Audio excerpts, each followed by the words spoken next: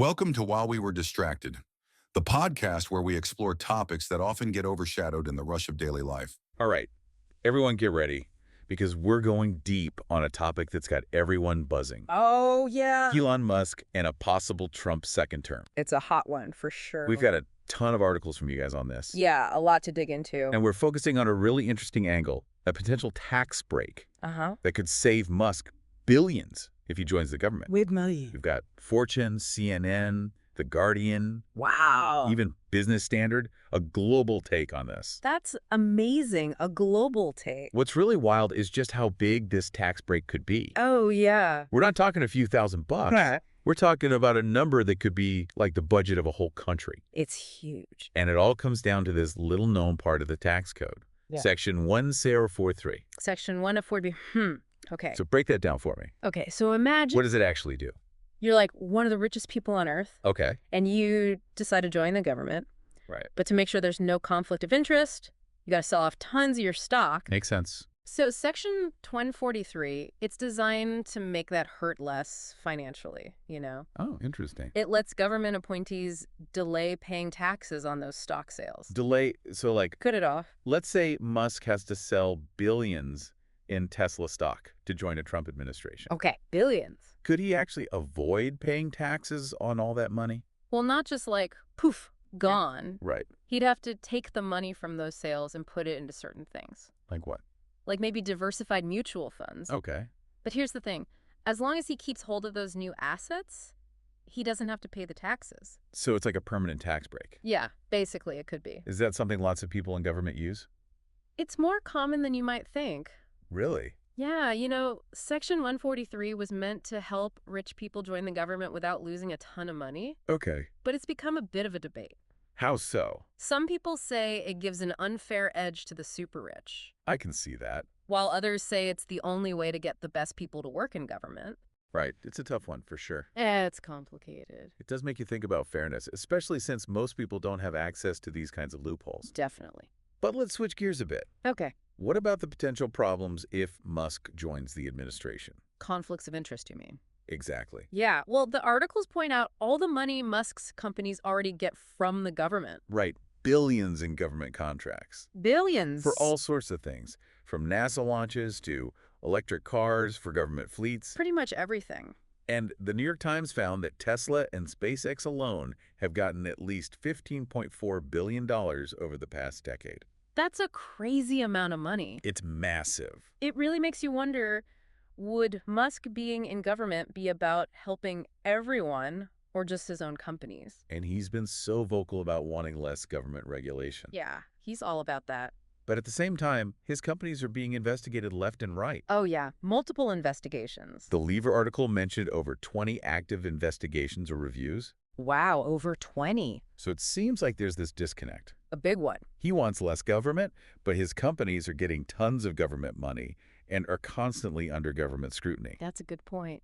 So where do we go from here? Where do we go? We've got this massive tax break possibility, Right. but also all these potential conflicts of interest. Huh. What's the next layer we need to peel back to really understand this? Well, I think we need to look at Musk's track record. Okay, his history. What can we learn from what he's done in the past? Right. How might that translate to working in government? Exactly. That's a great point. Yeah. One thing that keeps coming up is Musk's reputation for being aggressive with cutting costs, Ah, yeah, he's known for that. something Trump called ruthlessness. Ruthless, huh? But how have those cuts actually affected his companies? Yeah, that's where it gets really interesting. Let's look at X, formerly Twitter. X, yeah. The CNN article goes into detail about how the massive layoffs there, Especially in those trust and safety teams. right, have led to a bunch of problems. Problems. Not just the platform being less stable, Right. but a possible increase in hate speech, misinformation, Oh, wow. and a drop in the platform's value overall. So it's not just about saving money. It's about the consequences of those cuts. Exactly. And that brings up a really important question. What's that? If this is what happens when Musk cuts costs in a private company, Yeah. what could happen if he does the same thing in government? That's a big question. It's something to think about for sure. Yeah, definitely. That's a really important point to consider. Yeah. what criteria would be used to decide which jobs are useless? Right. Exactly. And what about the people in those jobs? Yeah.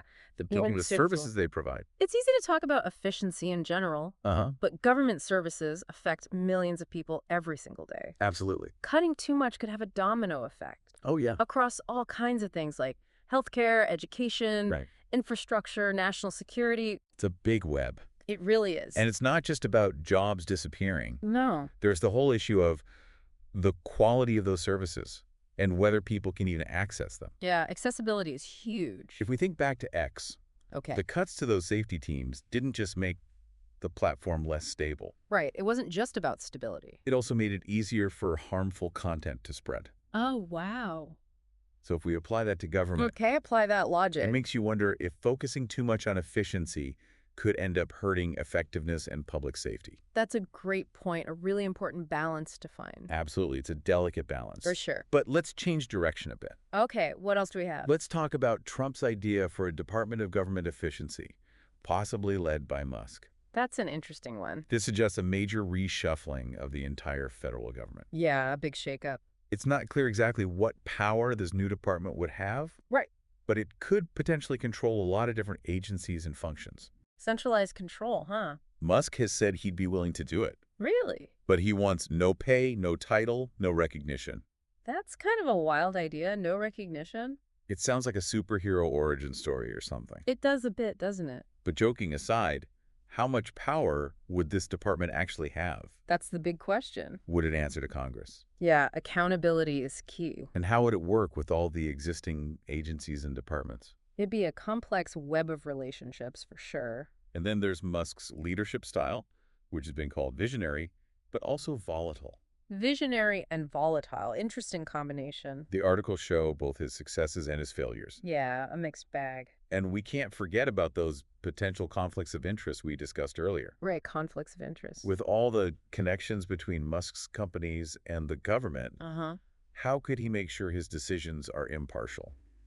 That's a really important question. It would definitely be under a microscope if you took a government job. Like- And it's something he'd have to address head on to keep the public's trust. Trust is everything in a situation like this. Speaking of trust, Yeah, trust. another thing that comes up in these articles is the gap between Musk's promises and what actually happens.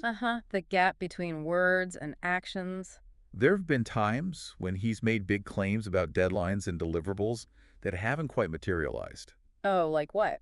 Like his idea to give 2 years of severance pay to laid-off government workers. 2 years. Wow. It sounds good at first, Yeah, it sounds generous. but it makes you wonder if it's actually possible and if he'd follow through, Right. Is it actually realistic? especially because Musk has been sued over how he handled severance packages at X. Oh, wow. I didn't know that. It seems like there's a pattern of big We've announcements, got big announcements. followed by complications and legal battles. So a bit of a disconnect between the vision and the reality. It makes you wonder if his ideas for government efficiency would actually work, Uh-huh. or if they would just cause more chaos and uncertainty. It's a tough question to answer. It all comes back to this central question. Okay, the central question. Would Musk in government be a force for good, or would it create more problems than it solves? That's the million-dollar question, isn't it? It's a complex question with no simple answers, Yeah, lots of layers to this. and it's something each person has to decide for themselves. based on their own interpretation of the facts. So, as we get to the last part of this deep dive, Okay, the final stretch. what are the main things we should focus on? The key takeaways. What are the most important points for our listeners to think about? I think the most important thing is this is a lot more complicated than the headlines make it seem. Right, there's more to it than meets the eye. There's potential for good and bad. We've talked about the potential tax break for Musk. Yes, the big tax break. But we've also talked about the possible conflicts of interest, the concerns about his past actions, His track record. and the uncertainty around this new Department of Government Efficiency. A lot of unknowns. Exactly. I think it's really important for people to go beyond those simple stories. The hero or villain narratives. Yeah, those oversimplified narratives. And really think critically about the evidence. think for yourself. Wow, it feels like we've really dug deep here. We have, haven't we? We started with this potential tax break, and now we're talking about changing the whole government, possible conflicts, even Musk's leadership style.